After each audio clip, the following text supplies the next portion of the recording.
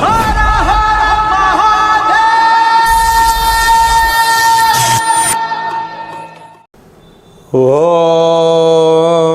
నమః శివాయ. ఓం నమో నారాయణాయ. నరదృష్టి నివారణ కాళభైరవాయ నమో నమః. ఓం గణానాం త్వా గణపతిగుం అవామహే కవిం కవీనాముపవస్రవస్తవం జ్యేష్ఠరాజం బ్రహ్మణాం బ్రహ్మణస్వత ఆన శృణ్వన్నోతిభిస్సేదసాదనగుం శ్రీ మహాగణాధిపతయే నమః. హరి ఓం. మా ఛానల్కి స్వాగతం. చూస్తున్న వీక్షకులకు ప్రేక్షకులకు ప్రియ కాళభైరవ భగవద్బంధులకి స్వాగతం పలుకుతూ మమ్మల్ని ఎంతగానో ఆదరిస్తూ ఉండబడినటువంటి ప్రియ సోదర సోదరీమణులకు అందరికీ కూడా శ్రీ పరాభవనామ సంవత్సర తెలుగు ఉగాది పండగ శుభాకాంక్షలు. తెలుగు ఉగాది పండగ సంవత్సరాంతము కూడా అందరికీ శుభాన్ని, జయాన్ని, ఐశ్వర్యాన్ని, ఆనందాన్ని, ఆరోగ్యాన్ని ప్రసాదించాలని మనం కూడా మనసారా కోరుకుందాం. 16/3/2026 నుండి 31/3/2026 వరకు పుట్టినటువంటి వారందరూ కూడా ముందస్తుగా జన్మదిన శుభాకాంక్షలు. గతంలో వివాహం చేసుకున్న వారికి వివాహ వార్షికోత్సవ శుభాకాంక్షలు. ద్వాదశ రాశుల్లో గ్రహ గమనాలు వీక్షింపచేద్దాం. మిథున రాశిలో దేవగురు బృహస్పతి సంచార స్థితి, సింహరాశిలో కేతు సంచార స్థితి, కుంభరాశిలో కుజ బుధ రాహు సంచార స్థితి, మీనరాశిలో ఏడాది తర్వాత రవి భగవానుడు శని భగవానుడితో కలిపి శుక్ర సంచార స్థితితో ద్వాదశ రాశుల్లో గ్రహ గమనాలు ఈ విధంగా ఉన్నాయి. కుంభరాశి వారికి రాశిలోనే త్రిగ్రహ సంచార స్థితి, ధనవాకు కుటుంబ స్థానంలో ఏడాది తర్వాత రవి భగవానుడు శని భగవానుడితో సంచారం చేయడము, ఒకవైపు ఏళ్లనాటి శని చివరార్ధ సంచార స్థితి ఉన్నప్పుడు దోషాన్ని ఎలా తొలగించుకొని ఐశ్వర్యాన్ని ఎలా పొందాలో ఈ వీడియోలో సవివరంగా సంపూర్ణంగా తెలుసుకుందాం. కుంభరాశిలో ఏ నక్షత్రాలు వస్తాయనగా ధనిష్ఠా నక్షత్రంలోని 3వ పాదం, 4వ పాదం, శతభిష నక్షత్రంలోని 4 పాదాలు, పూర్వాభాద్ర నక్షత్రంలోని 1, 2, 3 పాదములు కలిపితే కుంభరాశి. రాశాధిపతి శని భగవానుడు. రాశిలోనే రుణరోగ శత్రుకారకుడు కుజుడు సంచారం చేయడము, ఒకవైపు కుజదోషం. బుద్ధికారకుడు బుధుడు, వాస్తు నరదోషకారకుడు ఉండడం, కొద్దిపాటి అప్పులు పుచ్చుకునే వ్యవహారంలో చాలా జాగ్రత్తగా ఉండాలని చెప్పి జ్యోతిర్విజ్ఞానం తెలియచేస్తుంది.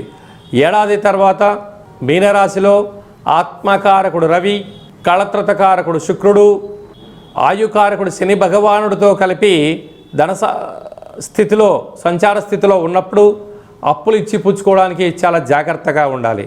కనుక సంవత్సరంలో చివరి ఆదివారము, మంగళవారము, శనివారము, సంవత్సర ప్రారంభకాల సమయంలో ఆదివారము, మంగళవారం, శనివారము దూరవాయు జల ప్రయాణాలు పెట్టుకోకపోవడం ఉత్తమోత్తమం. అలాగే అమావాస్య తిథి యందున, అష్టమి తిథి యందున దేవతారాధన తప్పనిసరి. తప్పక కాళభైరవ స్వామి యొక్క స్మరణ, కూష్మణ దీపం అవసరం.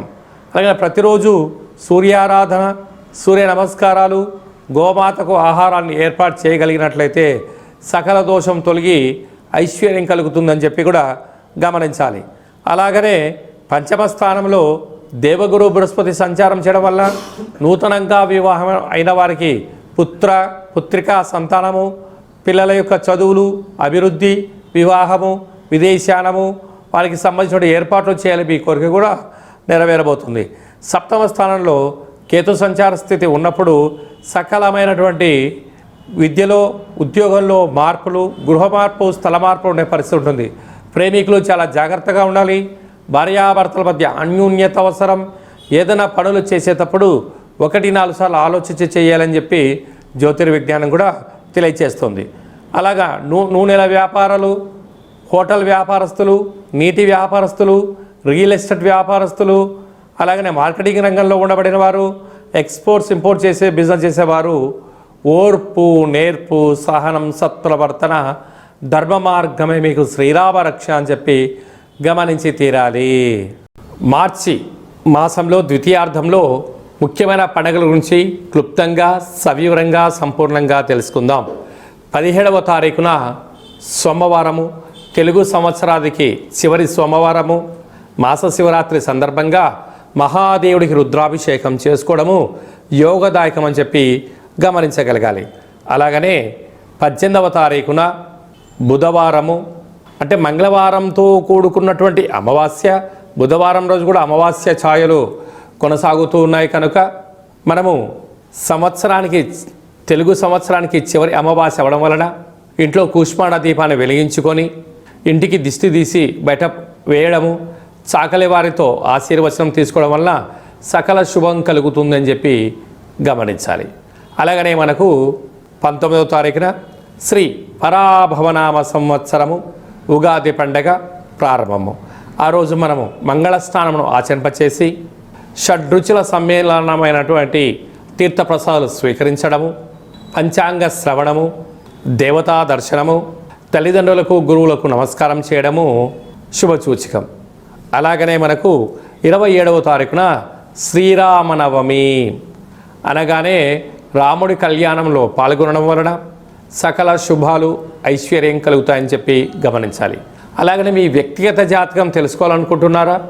మీరు మీ యొక్క పేరు, పుట్టినటువంటి తేదీ, నెల, సంవత్సరం, పుట్టినటువంటి సమయం రాసి వాట్సాప్లో పంపించగలిగినట్లయితే 100 సంవత్సరముల జాతకాన్ని రాసి పంపించి మీరు పుట్టినప్పుడు గ్రహ గమనాలు ఎలా ఉన్నాయి, ప్రస్తుతం ఎలా ఉంటున్నాయి, రాబోయే కాలం ఎలా ఉండబోతున్నాయో సవివరంగా సంపూర్ణంగా తెలియజేయడం జరుగుతుంది.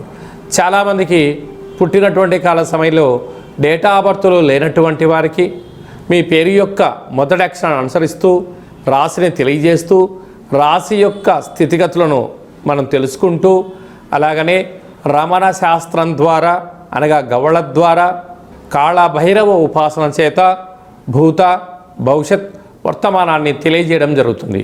కనుక ఈ కింది నెంబర్ను సంప్రదించి అపాయింట్మెంట్ తీసుకొని సంప్రదించగలరు.